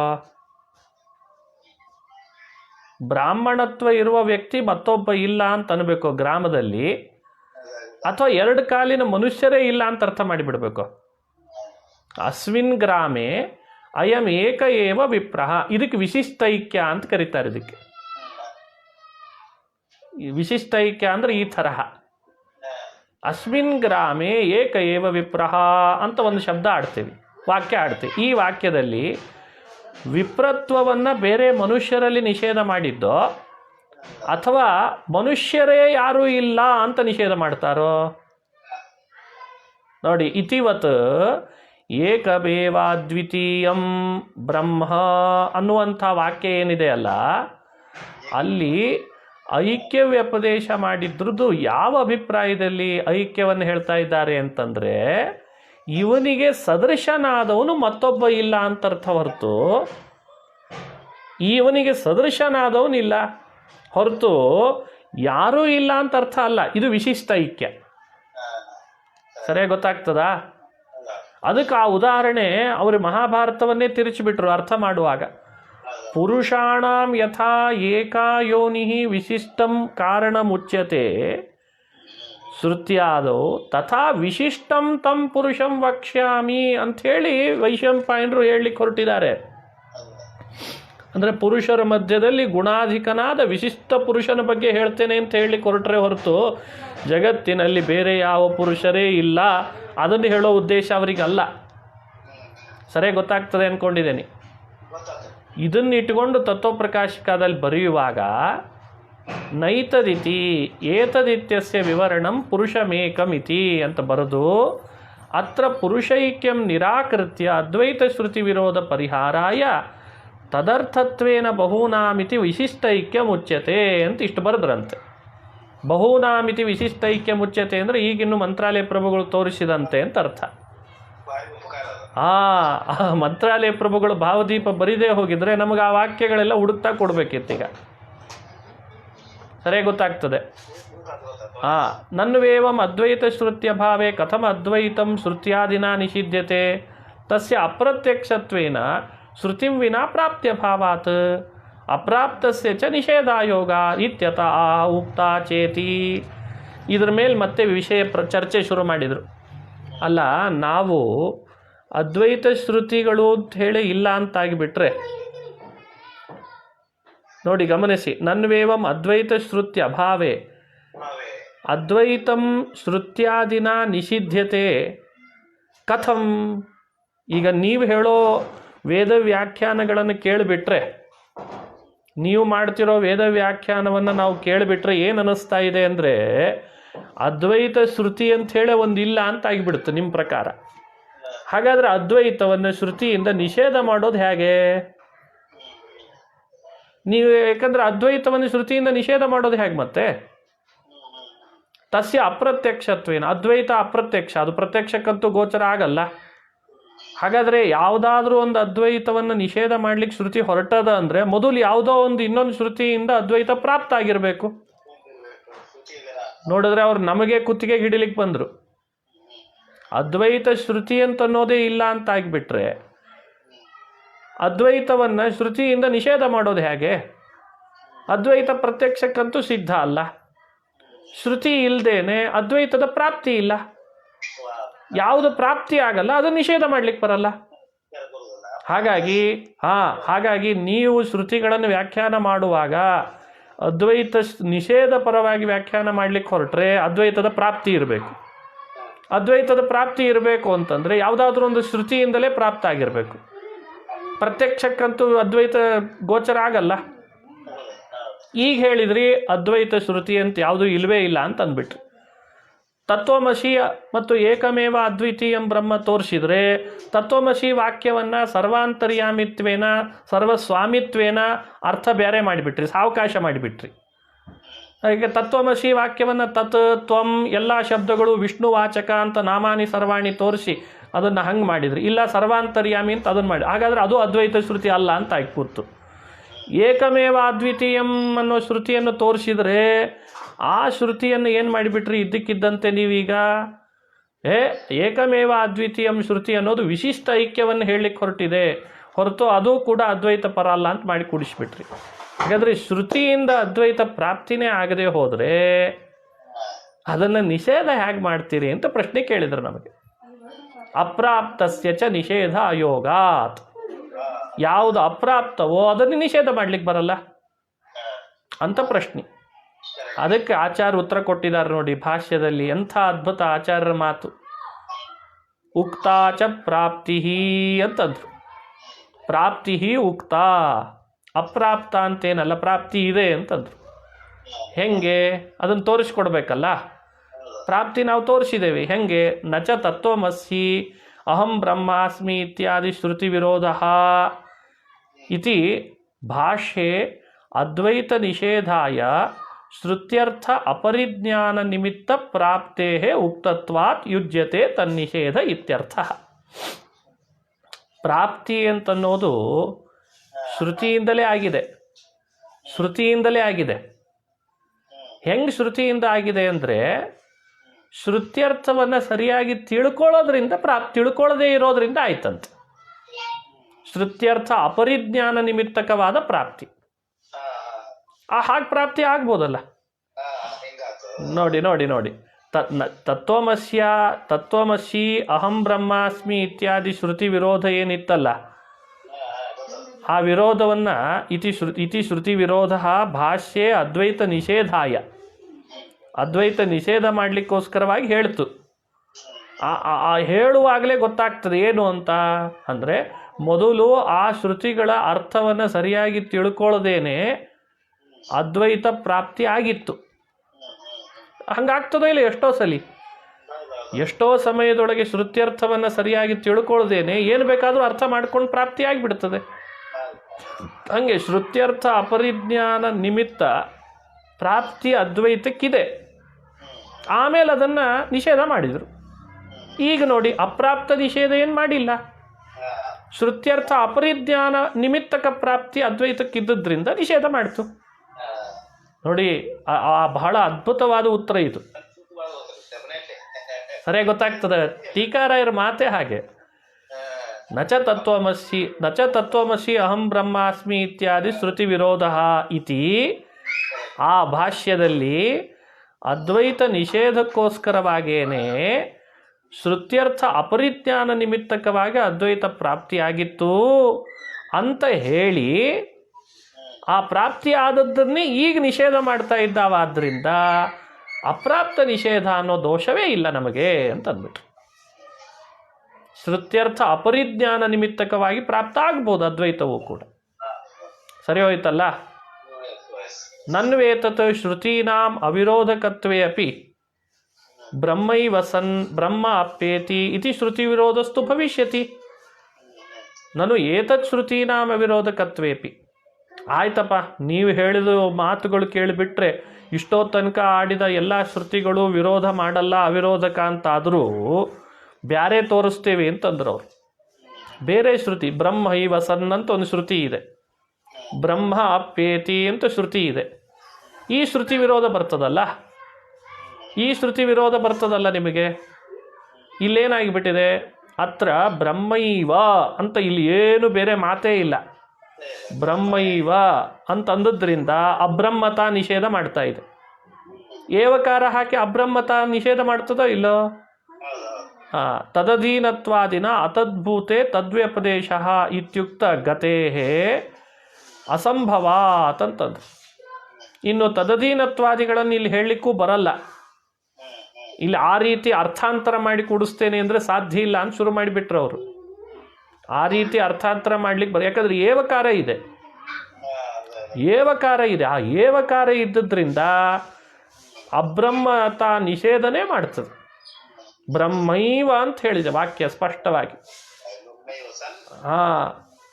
ಬ್ರಹ್ಮ ಅಪ್ಪೇತಿ ಅಂತ ಬೇರೆ ಹೇಳಿದೆ.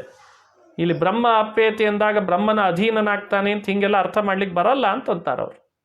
ತದಧೀನತ್ವಾದಿಗಳನ್ನು ಇಟ್ಟುಕೊಂಡು ಅತದ್ಭೂತನಾದವನಲ್ಲಿ ತದ್ವ್ಯಪದೇಶ ಮಾಡೋದಿದೆಯಲ್ಲ, ಅದು ಸರಿಯಲ್ಲ.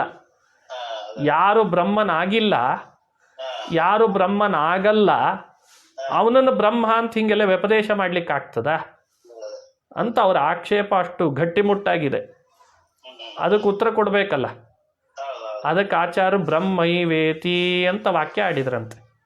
ಇದು ಬೃಹದಾರಣ್ಯಕ ಉಪನಿಷತ್ನಲ್ಲಿ ಬರೋ ಮಾತು. ಬ್ರಹ್ಮೈವಸನ್ ಬ್ರಹ್ಮಾಪ್ಯೇತಿ ಅಂತ ಬೃಹದಾರಣ್ಯಕ ಉಪನಿಷತ್ನಲ್ಲಿ ಈ ಮಾತು ಬರ್ತದೆ.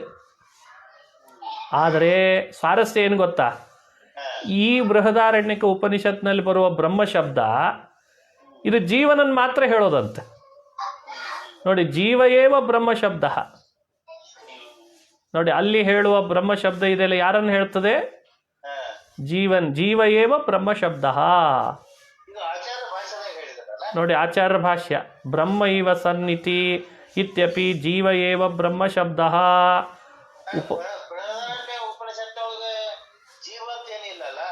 ಹೇಳ್ತಾರೆ ಉಪಪದ್ಯತೆ ಚ ವಿರೋಧೇ ಪ್ರಮಾದಾತ್ಮಕತ್ವಾದ್ ಬಂಧಸ್ಯ ವಿಮುಕ್ತತ್ವಂಚ ಯುಜ್ಯತೆ ಅಂತ ವಾಕ್ಯ ಇದೆ ಭಾಷ್ಯದಲ್ಲಿ. ಅದಕ್ಕೆ ಅರ್ಥ ಬರೀತಾರೆ ನೋಡ್ರಿ. ಇಲ್ಲಿ ಬ್ರಹ್ಮ ಶಬ್ದ ಬೃಹದಾರಣ್ಯಕದಲ್ಲಿ ಬ್ರಹ್ಮೈವ ಸನ್ ಅಂತ ಬಂದಿದೆ. ನ ಅತ್ರ ಪರಬ್ರಹ್ಮತ್ವ ಅಭಿಪ್ರಾಯ. ನೋಡಿ, ಇಲ್ಲಿ ಬಂದ ಮೊದಲನೇ ಬ್ರಹ್ಮ ಶಬ್ದ ಪರಬ್ರಹ್ಮನನ್ನು ಹೇಳಲಿಕ್ಕೆ ಬಂದದ್ದು ಅಲ್ವೇ ಅಲ್ಲ. ಅಯಂ ಆದ್ಯ ಬ್ರಹ್ಮ ಶಬ್ದ, ಇದು ಮೊದಲನೇ ಬ್ರಹ್ಮ ಶಬ್ದ. ಕಿಂತು ಬ್ರಹ್ಮಣಿ ಜೀವಾ ಸರ್ವೇಪಿ ಇತಿ ಶ್ರುತೇಃ ಜೀವಪರ ಏವ. ಬ್ರಹ್ಮಣಿ ಜೀವಾ ಸರ್ವೇಪಿ ಅಂತ ವೇದವಾಕ್ಯ ಇದೆ. ಬ್ರಹ್ಮಣಿ ಅಲ್ಲ, ಬ್ರಹ್ಮಾಣಿ ಜೀವಾ ಸರ್ವೇಪಿ ಅಂತ ಶ್ರುತಿ ವಾಕ್ಯ. ಅಲ್ಲಿ ಜೀವಾ ಸರ್ವೇಪಿ ಬ್ರಹ್ಮಾಣಿ, ಜೀವರೆಲ್ಲರೂ ಬ್ರಹ್ಮರು, ಬ್ರಹ್ಮ ಶಬ್ದ ವಾಚ್ಯರು ಅಂತ ಅಂದ್ಬಿಟ್ಟಿದ್ದಾರೆ. ಈ ಶ್ರುತಿ ವಾಕ್ಯಕ್ಕೆ ಅನುಗುಣವಾಗಿ ಬ್ರಹ್ಮೈವ ಸನ್ನಲ್ಲಿರುವ ಮೊದಲನೇ ಬ್ರಹ್ಮ ಶಬ್ದವು ಜೀವಪರನೇ. ತಥಾಚ ಜೀವಭಾವಂ ಅವಿಹಾಯೈವ ಬ್ರಹ್ಮ ಆಪ್ನೋತಿ ಇತ್ಯರ್ಥ ಉಪಪತ್ತೇಹೇ ಅಂತಂದ್ರು. ಇನ್ನು ಬ್ರಹ್ಮೈವ ಸನ್ ಬ್ರಹ್ಮ ಆಪ್ನೋತಿ ಅಂತಿದೆಯಲ್ಲ ಮುಂದೆ, ಆ ಎರಡನೇ ಬ್ರಹ್ಮ ಶಬ್ದ ಅದು ಪರಬ್ರಹ್ಮನನ್ನು ಹೇಳ್ತದಂತೆ. ಅರ್ಥ ಆಗ್ತದಾ? ಗಮನಿಸ್ರಿ, ಆ ಶ್ರುತಿ ಎಷ್ಟು ಸ್ವಾರಸ್ಯ ಇದೆ ಅಂತ ಹೇಳ್ತಾರೆ ಟೀಕಾಕೃತ್ಪಾದರು. ಈಗ ಮೊದಲನೇ ಅಲ್ಲಿ ವಾಕ್ಯ ಹಂಗಿದೆ, ಬ್ರಹ್ಮೈವ ಸನ್ ಬ್ರಹ್ಮ ಆಪ್ನೋತಿ ಅಂತ ವಾಕ್ಯ ಇದೆ. ಹೌದು, ನಿಜ. ಬ್ರಹ್ಮೈವ ಸನ್ ಅನ್ನೋ ಮೊದಲನೇ ಬ್ರಹ್ಮ ಶಬ್ದ ಜೀವ ಅಂಥೇಳಿ ಅರ್ಥ ಮಾಡಬೇಕಲ್ಲಿ ಅವರು ಕೂಡ ಅನಿವಾರ್ಯವಾಗಿ. ಯಾಕೆ ಅಂತ ಕಾರಣ ಕೊಡ್ತಾರೆ ಮುಂದೆ. ಅಲ್ಲ, ಬ್ರಹ್ಮಾಣಿ ಜೀವಾ ಸರ್ವೇಪಿ ಅಂತ. ಜೀವಾಹ ಸರ್ವೇಪಿ ಬ್ರಹ್ಮಾಣಿ, ಜೀವರೆಲ್ಲರೂ ಬ್ರಹ್ಮ ಶಬ್ದ ವಾಚ್ಯರೇ ಒಂದರ್ಥದಲ್ಲಿ. ಹಾಗಾಗಿ ಇಲ್ಲಿ ಬ್ರಹ್ಮೈವ ಸನ್ ಅನ್ನೋಲ್ಲಿಯೂ ಕೂಡ ಬ್ರಹ್ಮ ಶಬ್ದ ಜೀವಪರನೇ. ಆದರೆ ಸ್ವಾರಸ್ಯ ಏನು ಅಂದರೆ, ಬ್ರಹ್ಮ ಶಬ್ದದಿಂದ ಕರೆಸ್ಕೊಳ್ಳುವ ಈ ಜೀವನು ಜೀವಭಾವವನ್ನು ಪರಿತ್ಯಜಿಸಿ ಬ್ರಹ್ಮಭಾವವನ್ನು ಪಡಿತಾನೆ ಅಂತ ಅರ್ಥ ಅಲ್ಲ. ಮತ್ತೇನು? ಜೀವಭಾವಂ ಅವಿಹಾಯ, ಜೀವಭಾವವನ್ನು ತನ್ನಲ್ಲೇ ಇಟ್ಕೊಂಡು ಬ್ರಹ್ಮ ಆಪ್ನೋತಿ, ಬ್ರಹ್ಮನನ್ನು ಪಡಿತಾನೆ ಇತ್ಯರ್ಥ ಅಷ್ಟೇ ಹೊರತು ಭೇದದಲ್ಲೇ ತಾತ್ಪರ್ಯವೇ ಅಂತ ಹೊರತು ಬ್ರಹ್ಮ ಭಾವ ಪಡೆದದ್ರಲ್ಲಿ ಬರಲಿಲ್ಲ. ಈ ಸ್ವಾರಸ್ಯ ನೋಡಿ, ಈ ಸ್ವಾರಸ್ಯ. ಒಂದು ವೇಳೆ ಮೊದಲನೇ ಬ್ರಹ್ಮ ಶಬ್ದವು ಪರಬ್ರಹ್ಮನ ಪರನೇ ಆಗಿಬಿಟ್ರೆ, ಎರಡನೇ ಬ್ರಹ್ಮ ಶಬ್ದವು ಪರಬ್ರಹ್ಮನ ಪರನೇ ಆಗಿಬಿಟ್ರೆ ಬ್ರಹ್ಮನು ಬ್ರಹ್ಮನನ್ನು ಪಡಿತಾನೆ. ಇದು ಸರಿನಾ ವಾಕ್ಯ? ಹಿಂಗೆ ಹೇಳ್ತಾರ? ಲೋಕದಲ್ಲಿ ಯಾರಾದರೂ ಪ್ರಯೋಗ ಮಾಡ್ತಾರೆ ಹಿಂಗೆ? ಉಪನಿಷತ್ತನ್ನ ವೇದಗಳನ್ನು ಅರ್ಥ ಮಾಡುವಾಗ ತುಂಬ ಜವಾಬ್ದಾರಿ ಇರಬೇಕು. ಬ್ರಹ್ಮ ಮೊದಲನೇ ಬ್ರಹ್ಮ ಶಬ್ದಕ್ಕೂ ಬ್ರಹ್ಮ ಅಂತ ಅರ್ಥ, ಎರಡನೇ ಬ್ರಹ್ಮ ಶಬ್ದಕ್ಕೂ ಬ್ರಹ್ಮ ಅಂತ ಅರ್ಥ ಮಾಡಿ ಬ್ರಹ್ಮನು ಪರಬ್ರಹ್ಮನನ್ನು ಪಡಿತಾನೆ. ಸರಿ ಹೋಗ್ತದ ವಾಕ್ಯ, ಸೆಂಟೆನ್ಸು? ಅದಕ್ಕೆ ಮಧ್ವಾಚಾರ್ಯರು ಕೂಡಲೇ ಹೇಳಿದರು ನೋಡಿ, ಅಲ್ಲಿ ಮೊದಲನೇ ಬ್ರಹ್ಮ ಶಬ್ದ ಇದೆಯಲ್ಲ ಅದು ಜೀವಪರ, ಎರಡನೇ ಬ್ರಹ್ಮ ಶಬ್ದ ಇದೆಯಲ್ಲ ಅದು ಪರಮಾತ್ಮ ಪರ. ಜೀವಪರವಾದ ಬ್ರಹ್ಮ ಶಬ್ದ ಅರ್ಥ ಏನು ಕೊಡ್ತದೆ ಅಂದರೆ, ಜೀವಭಾವವನ್ನು ತನ್ನಲ್ಲೇ ಇಟ್ಟುಕೊಂಡಂಥವನು ಜೀವ ಬ್ರಹ್ಮಭಾವವನ್ನು ಪಡೆದು ಅಂತ ಅರ್ಥ ಅಲ್ಲ, ಬ್ರಹ್ಮನನ್ನು ಪಡಿತಾನೆ ಅಂತ ಅರ್ಥ. ಸರಿಯಾಗಿ ಗೊತ್ತಾಯ್ತಾ? ನೋಡಿ, ಅದಕ್ಕೆ ಬರೀತಾರೆ ಬ್ರಹ್ಮ ಶಬ್ದಸ್ಯ ಪರಬ್ರಹ್ಮಣಿ ಮುಖ್ಯತ್ವಾತ್ ನ ಜೀವೇ ಅಸೌ ಉಪಪದ್ಯತೆ ಇತ್ಯತಃ. ಈಗ ಅವರು ವಾಕ್ಯಾರ್ಥ ತೆಗೆದ್ರು. ಅಲ್ಲ, ಬ್ರಹ್ಮ ಶಬ್ದವನ್ನು ನೀವೇ ಪರಮಾತ್ಮನಲ್ಲಿ ಮುಖ್ಯ ಅಂತ ಹಿಂದೆಲ್ಲ ಮಾತಾಡಿರಲ್ಲ, ಮತ್ತೆ ಇಲ್ಲಿ ಮಾತ್ರ ಬ್ರಹ್ಮ ಶಬ್ದಕ್ಕೆ ಜೀವ ಅಂತ ಯಾಕೆ ಅರ್ಥ ಮಾಡ್ತೀರಿ ಅಂತ ಅವ್ರು ನಮಗೆ ಕೇಳಿದರು. ಅದಕ್ಕೆ ಆಚಾರ ವ್ಯಾಖ್ಯಾನ ಬರೆದ್ರು, ಉಪಪದ್ಯತೆ ಚ ವಿರೋಧೇ ಅಂತಂದ್ರು. ನಾವು ನೋಡಿ ನಮಗೇನು ಆಗ್ರಹದಿಂದ ಮಾಡಿದ್ದಲ್ಲ, ವಿರೋಧೇ ಉಪಪದ್ಯತೆ, ವಿರೋಧೇ ಚ ಉಪಪದ್ಯತೆ ಚ ವಿರೋಧೇ, ಇಷ್ಟು ವಾಕ್ಯ ಇದೆ ಆಚಾರದ. ಅದಕ್ಕೆ ಎಷ್ಟು ಚಂದ ಅರ್ಥ ಬರೀತಾರೆ ನೋಡ್ರಿ. ಉಪಪದ್ಯತೆ ಚ ಅಂದರೆ ಪರಬ್ರಹ್ಮಣಿ ಮುಖ್ಯ ಅಪಿ ಬ್ರಹ್ಮ ಶಬ್ದ ಜೀವೇ ಅಪಿ ಉಪಪದ್ಯತೆ ಅಂತ ಅರ್ಥ. ಯದ್ಯಪಿ ನಾವೇ ನಿಮಗೆ ತೋರಿಸಿಕೊಟ್ಟಂತೆ ಬ್ರಹ್ಮ ಶಬ್ದ ಮುಖ್ಯವಾಗಿ ಪರಮಾತ್ಮನಲ್ಲೇ ಇರೋದಾದರೂ ಕೂಡ ಇಲ್ಲಿ ಈ ಬೃಹದಾರಣ್ಯಕದಲ್ಲಿ ಬಂದ ಈಗಿರುವ ಈ ಬ್ರಹ್ಮ ಶಬ್ದ ಜೀವನಲ್ಲೂ ಕೂಡುತ್ತದೆ ಅಂತಂದ್ರು. ಯಾಕೆ ಬರೀತಾರೆ ವಿರೋಧ. ಯಾಕೆ? ಜೀವಸ್ಯ ಪರಬ್ರಹ್ಮತ್ವ ಅರ್ಥ ಸ್ವೀಕಾರೇ, ಒಂದು ವೇಳೆ ಜೀವನೇ ಪರಬ್ರಹ್ಮತೆಯನ್ನು ಪಡೆದಿದ್ದಾನೆ ಅಂತ ಅರ್ಥ ಮಾಡಿಬಿಟ್ರೆ ಮುಂದೆ ಮತ್ತೆ ಬ್ರಹ್ಮ ಅಪ್ಪೇತಿ ಅಂತ ವಾಕ್ಯ ಯಾಕೆ ಬಂತು? ಬ್ರಹ್ಮ ಅಪ್ಪೇತಿ ಇತಿ ಶ್ರುತ ಬ್ರಹ್ಮ ಪ್ರಾಪ್ತಿ ವಿರೋಧಾತ್ ಅಲ್ವಾ? ಮೊದಲೇ ಬ್ರಹ್ಮೈವ ಸನ್ ಅನ್ನೋದ್ರಿಂದಲೇ ಪರಬ್ರಹ್ಮ ಪ್ರಾಪ್ತಿಯನ್ನು ಹೇಳಿದ ಮೇಲೆ, ಬ್ರಹ್ಮತ್ವ ಸ್ವರೂಪತ್ವವನ್ನು ಪಡಿತಾನೆ ಅಂತ ಹೇಳಿದ ಮೇಲೆ ಅದೇ ಶ್ರುತಿ ಮತ್ತೆ ಮುಂದೆ ಬ್ರಹ್ಮ ಅಪ್ಪೇತಿ ಅಂತ ಹೇಳಿ ಬ್ರಹ್ಮ ಪ್ರಾಪ್ತಿಯನ್ನು ಹೇಳ್ತಾ ಇದೆ ಅಂದರೆ ವಿರೋಧ ಬರ್ತದೋ ಇಲ್ಲೋ? ಅದು ಯಾವ ವಾಕ್ಯವನ್ನು ನೀವು ಉದಾಹರಿಸಿದ್ರಿ ಅದೇ ವಾಕ್ಯನೇ ನಿಮಗೆ ಮುಳುವಾಗ್ತದೆ. ಈಗ ಜೀವನಿಗೆ ಬ್ರಹ್ಮೈವ ಸನ್ ಅನ್ನೋದ್ರಿಂದಲೇ ಪರಬ್ರಹ್ಮತ್ವ ಅರ್ಥವನ್ನು ಒಪ್ಕೊಂಡ್ಬಿಟ್ರೆ ಮುಂದೆ ಬ್ರಹ್ಮ ಅಪ್ಪೇತಿ ಅಂತ ವಾಕ್ಯ ಇದೆ, ಅಲ್ಲಿ ಬ್ರಹ್ಮ ಪ್ರಾಪ್ತಿ ಇದೆ, ಶ್ರುತವಾದ ಬ್ರಹ್ಮ ಪ್ರಾಪ್ತಿ, ಅದು ವಿರೋಧ ಬರ್ತದೆ. ಸರಿ ಹೋಯ್ತಾ? ಅಷ್ಟೇ ಅಲ್ಲ, ಪ್ರಮಾಣಾಂತರ ವಿರೋಧಾಚ್ಚ, ಬೇರೆ ಪ್ರಮಾಣಗಳ ವಿರೋಧನೂ ಕೂಡ ಬರ್ತದೆ. ಆದ್ದರಿಂದ ಬ್ರಹ್ಮೈವ ಸನ್ ಬ್ರಹ್ಮ ಅಪ್ಪೇತಿ ಎನ್ನುವ ಒಂದೇ ಬೃಹದಾರಣ್ಯಕದ ಮಾತು ಕೂಡ ಅಲ್ಲಿರುವ ಬ್ರಹ್ಮ ಶಬ್ದವು ನಿಮ್ಮ ತಲೆಯೊಳಗಿರುವಂತೆ ಅದು ಜೀವಪರನೇ ಹೊರತು ಅದು ನಿಮ್ಮ ತಲೆಯಲ್ಲಿರುವಂತೆ ಪರಬ್ರಹ್ಮ ಪರ ಅಲ್ವೇ ಅಲ್ಲ. ಸರಿಯಾಗಿ ಗೊತ್ತಾಯ್ತಾ ಏನು ಹೇಳಿದರು ಅಂತ? ನೋಡಿ, ನಾನು ವಿಸ್ಮೃತಕಂಠ ಮಣಿರಪಿ ಸ್ಮೃತಕಂಠಮಣಿ ಇತ್ಯೇವ ಉಚ್ಯತೆ ನತು ಪ್ರಾಪ್ತಮಣಿ ಇತಿ ಪರಮಂ ಸಾಮ್ಯಮುಪೈತಿ ಇತ್ಯಾದೋ ಅಪ್ರಾಪ್ತಭೋಗಾದೇಹ ಅಪಿ ಪ್ರಾಪ್ತ್ಯುಕ್ತೇಃ ನನು ಸಂಸಾರಿಣೋಪಿ ವಿಮುಕ್ತಶ್ಚ ವಿಮುಚ್ಯತ ಇತಿ ವಿಮುಕ್ತತ್ವಶ್ರವಣಾತ್ ತದನ್ಯಥಾನುಪಪತ್ತ್ಯಾ ತಸ್ಯ ಪರಬ್ರಹ್ಮತ್ವ ಸಿದ್ಧೇಃ ತದ್ವಿರೋಧೋ ಭೇದ ಅಭಿಧಾನಸ್ಯ ಇತ್ಯತಃ ಪ್ರಮಾದೇತಿ. ಒಂದು ಪ್ರಶ್ನೆ ಕೇಳ್ತಾರೆ ಅವರು ನಮ್ಮ ಮೇಲೆ, ಒಂದು ಲೌಕಿಕವಾದ ಒಂದು ಮಾತು. ಇದೊಂದು ಸೆಂಟೆನ್ಸ್ ಎಷ್ಟು ವಿಚಿತ್ರ ಅವ್ರು ಮಾತನಾಡೋದು.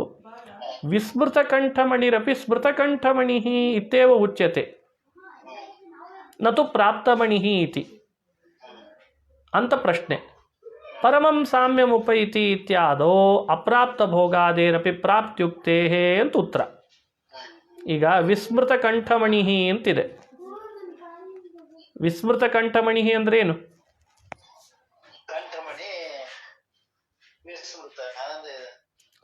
ಇದನ್ನ ನಾಳೆ ಮಾಡ್ತೀನಿ. ಇದನ್ನ ನಾಳೆ ಮಾಡ್ಬೋದಲ್ಲ? ಸಮಯ ಜಾಸ್ತಿ ಆಯ್ತು ಅದಕ್ಕೆ. ಇದು ಬಹಳ ಸ್ವಾರಸ್ಯವಾದ ವಾದ, ನಾಳೆ ಮಾಡ್ತೀನಿ.